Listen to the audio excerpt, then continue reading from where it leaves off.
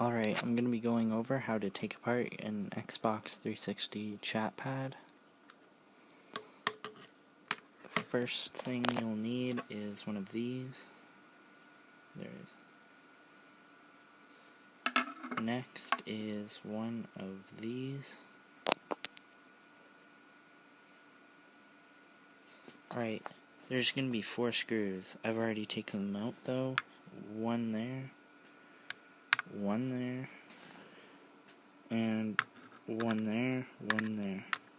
Alright, I've already taken those off though.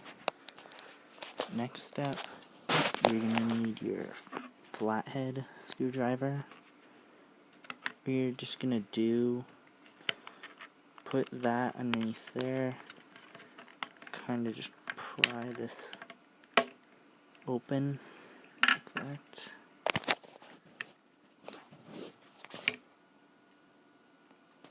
It should just be like this. That should just come off. Alright, you now have this part here. There should be 4 more screws. One there, there, there, and there. Alright, I already taken those out though. Next, what you're gonna do, you're gonna push out on the green part. Kind of just lift this up. Okay. Put this off to the side, you won't need that.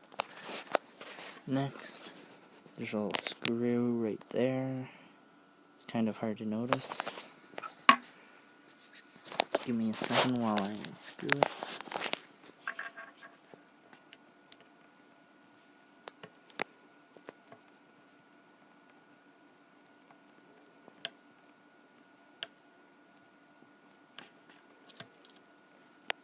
Screw out. Alright, now what you're gonna do, you're gonna carefully remove this. Careful with that. Alright, you now have access to the buttons. Once you peel this part off here, which I'm not going to do, you can get to all the buttons, as you can see.